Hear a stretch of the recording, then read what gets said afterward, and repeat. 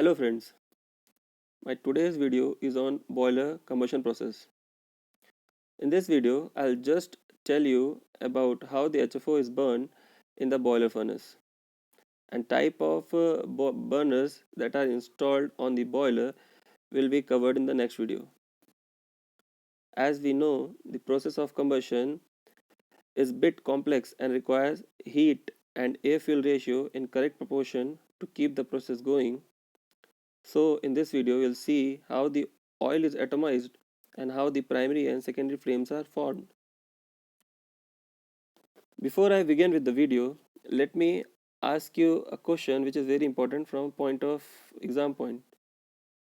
The question is there any MAPOL regulation to regulate the emission of NOx and SOx from the combustion process in boiler? And if so, what are the regulations? So try to find the answer and comment the answer down below my video. So let's begin with the video. Combustion of residual fuel in boiler furnace. The combustion process takes place in number of stages. The oil is first heated in steam or electric fuel oil heaters. This reduces its viscosity and makes it easy to pump, filter and atomize. It must not be overheated in this stage.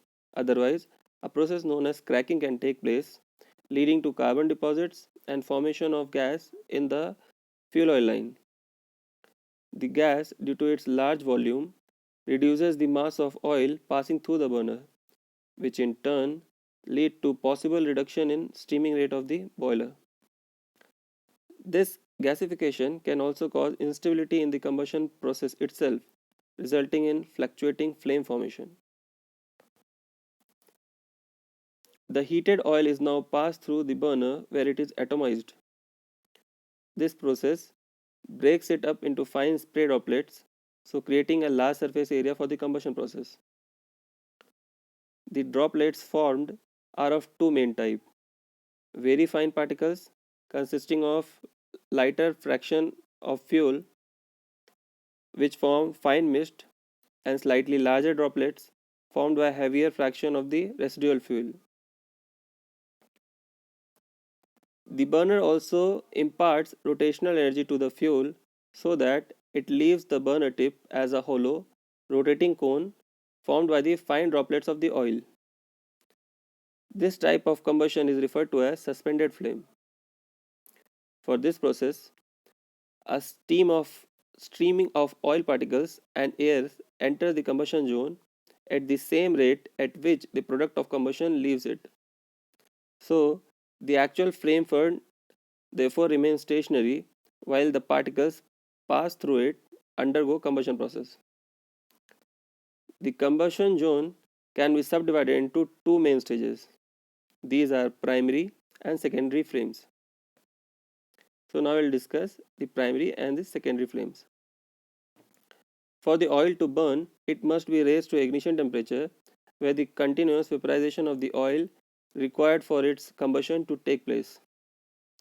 For this, heat radiated from the flame itself is utilized so that as the cone of atomized oil leaves the burner, the lighter hydrocarbons are rapidly raised to the required temperature by the heat from the furnace flame. Then they vaporize and burn to form primary flame. The heat from this primary flame is now used to heat the heavier constituents of the fuel to their ignition temperature as they, together with the incoming combustion air, pass through the flame. The stability of the combustion process depends upon the stable primary flame, and to ensure it is not overcooled, a refractory coil is usually placed around it so as to radiate heat back to the flame.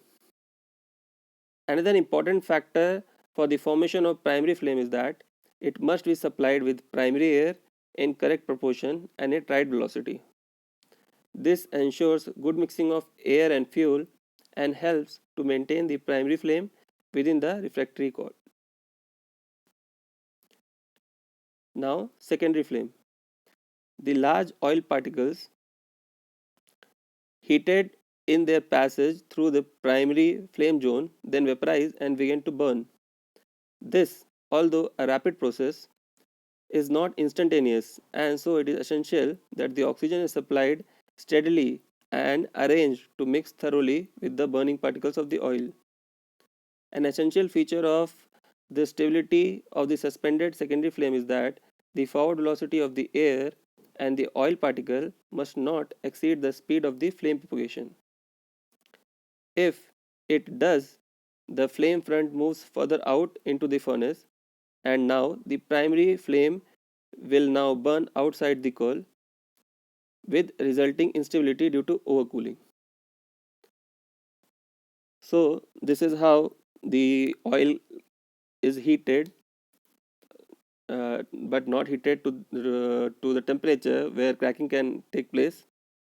Then it is atomized into very fine particles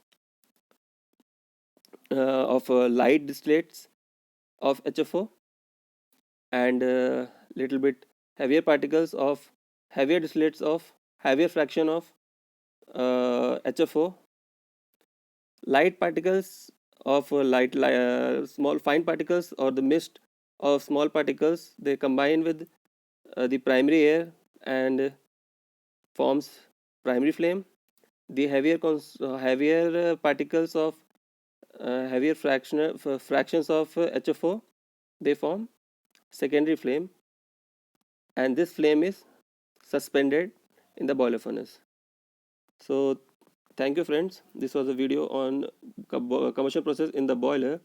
In my next video I'll cover about types of burners which are installed on the boiler. So take care, have a nice day. Thank you.